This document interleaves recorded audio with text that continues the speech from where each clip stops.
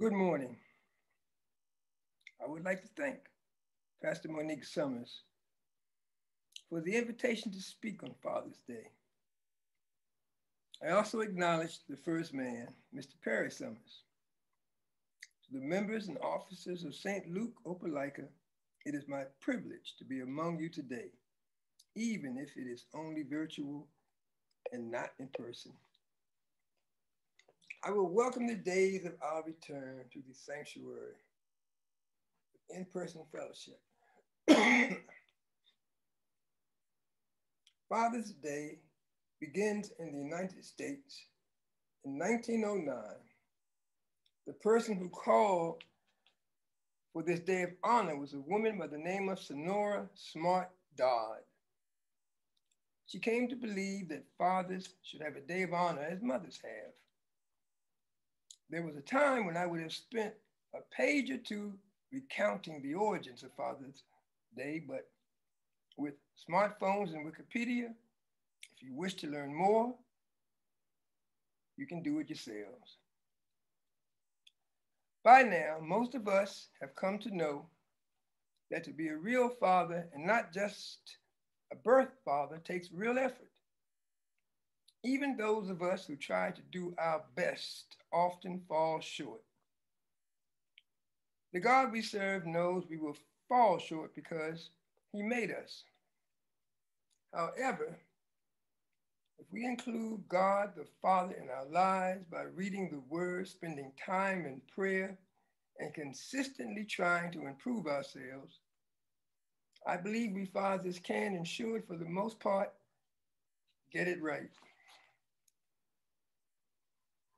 As I prepared for today, I read and meditated on over 40 verses concerning fatherhood in the Bible.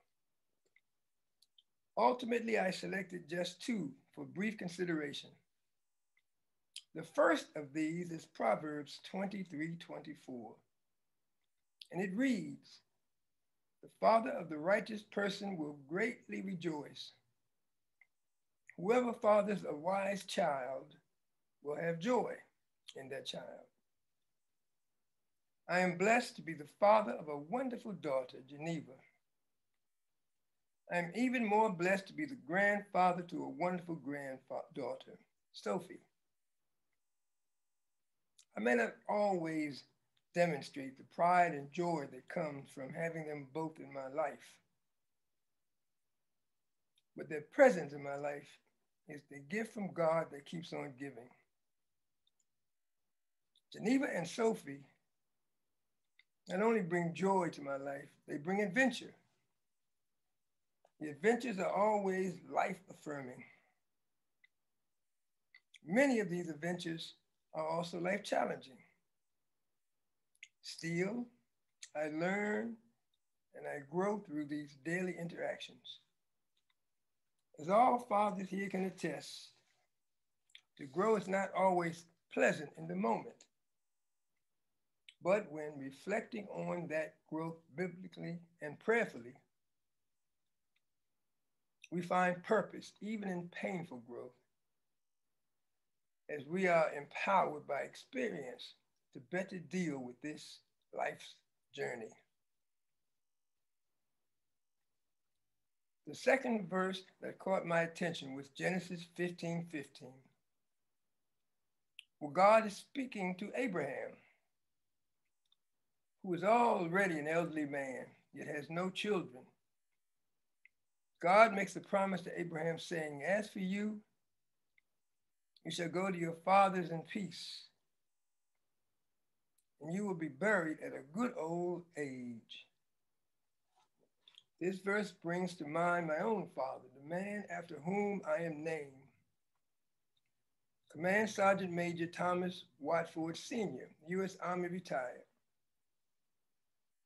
He will celebrate his 94th birthday on Pearl Harbor Day of this year.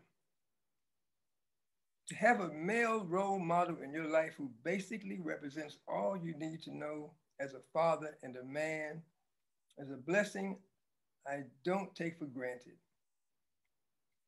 For that man to be your birth father is a blessing that all men do not have, but I do.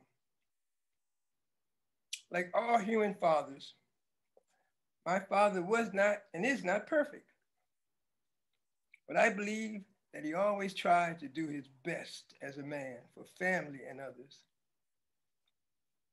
Whenever I go home to Washington, D.C., I never fail to meet yet another person who tells me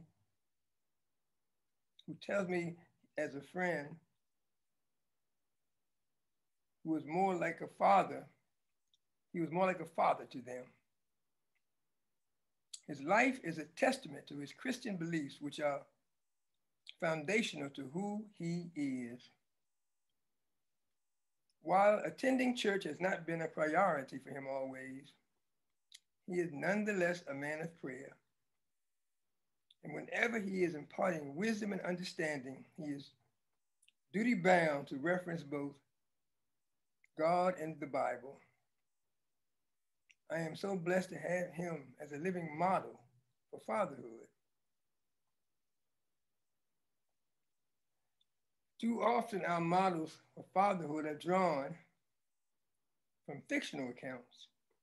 For example, in our household, the Cosby Show is viewed virtually every day because my granddaughter discovered the series through my daughter. When Geneva was Sophie's age, the Cosby Show was the most popular show on TV. And now, Sophie has seen every episode of every season at least 12 times. I am not nearly the fan of the Cosby Show as are my offspring, in part because it presents an almost pristine picture of family life. Yes, it was a groundbreaking portrayal of a Black or African American family in its time, but we are not the Cosbys. The real Cosbys were not the Cosbys. In fact, I have never heard nor seen any real family like the Cosbys. So, fathers, rest assured the bar for fatherhood is not set by Dr. Cliff Huxtable. The bar for you is set when you do your best in conjunction with prayer for insight and direction, at least some of the time, because none of us do anything all the time. Do your best, fathers. Pray and ask God for insight and direction. Do what God tells you to do in your circumstance.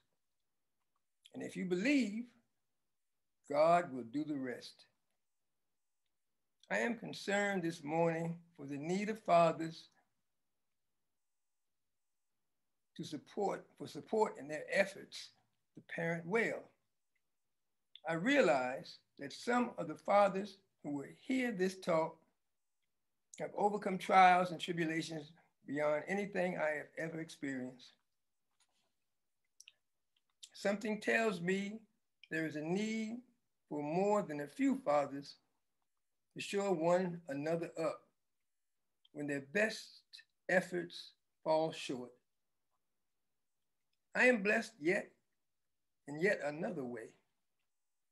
I have a built-in support group.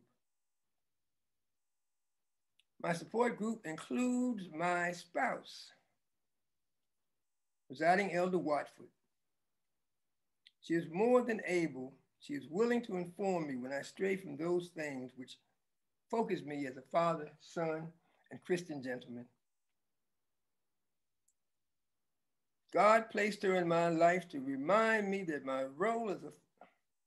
role as a father, I must consistently pray, read my Bible, and let God be God. I pray God has blessed each of the fathers under the sound of my voice with all the support they need to rise to the challenge of finer fatherhood. But even in your quest to be the best, fathers, please keep in mind, while none of us will ever reach perfection, with God's help, with God's guidance, We can be the best we can. Thanks for allowing me to share. God bless each of you. Have a blessed, happy, blessed Father's Day.